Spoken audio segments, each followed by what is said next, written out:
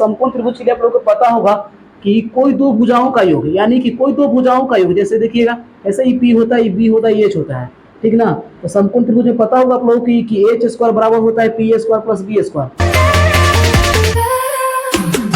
दोस्तों स्वागत है आपके अपने YouTube चैनल से क्लास में। तो आज के इस वीडियो में हम क्लास 10th के जो सितंबर में जो एग्जाम हुआ तो उसका क्वेश्चन को सोल्व करने वाले हैं। यानी कि यहाँ पर आप लोग देख सकते हैं कि 5 नंबर के क्वेश्चन को सोल्व करने वाले हैं। तो देखिए यहाँ पर क्वेश्चन क्या दे दिया है, सिद्ध करें कि बिंदु 7 10 -2 5 तथा 3 -4 समद्विबाहु समकोण त्रिभुज का शीर्ष है। तो चलिए आप लोग वीडियो को अंत जरूर देखिएगा। तो चलिए हम लोग वीडियो को स्टार्ट करते हैं। यहाँ पर तो देखिए, तो यहाँ पर क्या दे दिया क्वेश्चन कि सिद्ध करें कि बिंदु है, यानी कि बिंदु देखिए इस तरीके से दे दिया है। हम लोग देखिए त्रिभुज के अनुसार से हम लोग देख सकते हैं, ठीक है। यानी कि यहाँ पर दे दिया है 7 10, ठीक है। ए मान लीजिए ए हो गया, क्लियर है। ये तो बी होता है, यहाँ पर ए होता है सी। तो बी कितना दे दिया है, माइनस में 2 5 दे दिया है, कोई दिक्कत यहाँ तक नहीं है। और ये दे दिया है कितना 3 -4, क्लियर है। अब हम लोग यहाँ पर सीधे करना है कि समद्विबाहु समकोण त्रिभुज किसे से, समद्विबाहु समकोण त्रिभुज किसे कहते हैं, जिसमें एक कोण 90 डिग्री अगर रहेगा तो उसको कहते हैं समकोण त्रिभुज।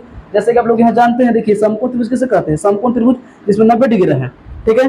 और एक और बात क्या है कि समद्विबाहु त्रिभुज हो, समद्विबाहु त्रिभुज किसे कहते हैं, जिसमें दो कोण, यानी कोई दो कोण बराबर हो या दो भुजा बराबर हो, ठीक है। तो यहाँ देखिए तो दो भुजा कौन बराबर हो सकता है, यही और यही ना बराबर हो सकता है, यानी कि लंब और आधार ही बराबर हो सकता है, क्योंकि ये तो कर्ण होता है, तो कर्ण कभी भी बराबर होता ही नहीं है। यानी कर्ण तो सबसे याद कीजिएगा समकोण त्रिभुज की सबसे बड़ी भुजा होती है ना। इसी तरीके से यानी कि हम कह सकते हैं कि सिर्फ ये दोनों बराबर हो सकता है, यही ना।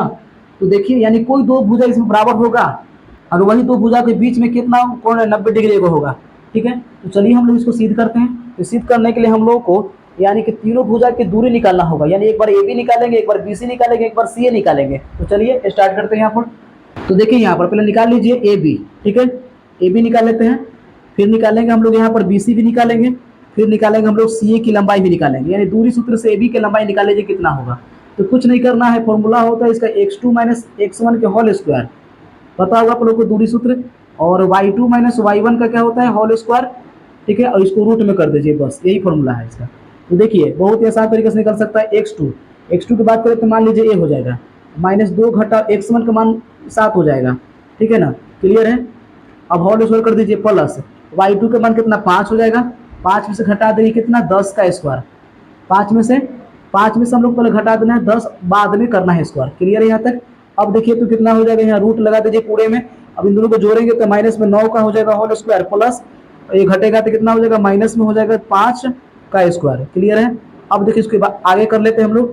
तो 9 का स्क्वायर कितना हो जाएगा 81, और 5 का स्क्वायर कितना होगा 25। अब इन दोनों को जोड़ दीजिए तो 81 + 25 कितना हो जाएगा, 5 1 6 हो जाएगा, और 8 2 10, यानी रूट में हो जाएगा 106, रूट में कितना हो जाएगा 106, क्लियर है। अब चलिए बीसी निकालिए। तो बीसी के लिए रूट लिख दीजिए ऐसे पहले।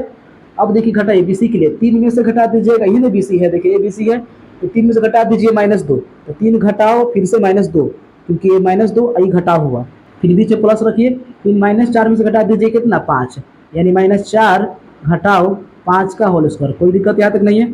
अब देखिए इसके आगे क्या होगा, -3 आई 3 + 2 हो जाएगा, माइनस में मिलकर क्या हो जाएगा प्लस, 3 2 कितना 5, 5 स्क्वायर कर लीजिए, प्लस ये देखिए माइनस में हो जाएगा 9 का स्क्वायर, कोई दिक्कत नहीं है। तो रूट में अंडर देखिए तो कितना होगा 5 × 25 हो जाएगा, और 9 का स्क्वायर कितना होगा 81 हो जाएगा, दोनों को जोड़िएगा रूट में 106 हो जाएगा, क्लियर है।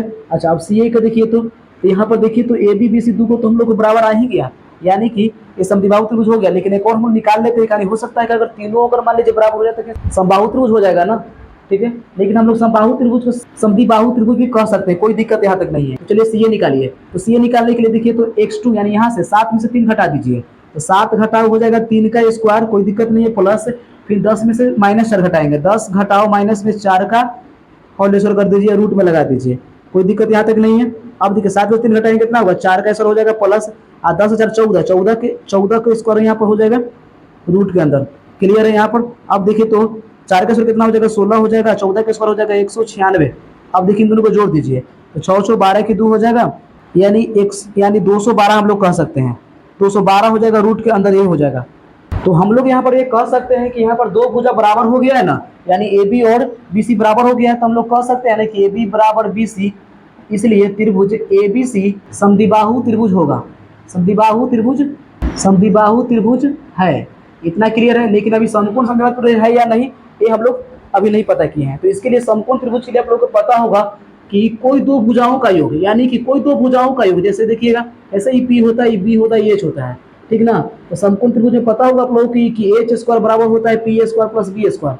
जब ए होता है तभी ना हम लोग कहते हैं कि ये समकोण त्रिभुज है, ठीक है। तो हम लोग यहाँ पर कोई दो भुजाओं का स्क्वायर करके जोड़ेंगे तो तीसरा वाला भुजा आना चाहिए, ठीक है ना। यानी अगर समद्विबाहु त्रिभुज है तो हम लोग यहाँ पर दो ही भुजा, यानी जो दो छोटा वाला भुजा को जोड़ेंगे तो बड़ा वाला भुजा आना चाहिए, ठीक है ना। तो चलिए दो भुजाओं का स्क्वायर कर दीजिए, यानी ए बी का स्क्वायर प्लस बी सी का करेंगे हम लोग यहाँ पर। चलिए क्योंकि यही दो को छोटा लग रहा है, देखिए ए बी और बी सी दोनों छोटा है, ये तो बड़ा है ना, तो ए बी के स्क्वायर प्लस कर देंगे बी सी के स्क्वायर पहले करेंगे चूंकि करके।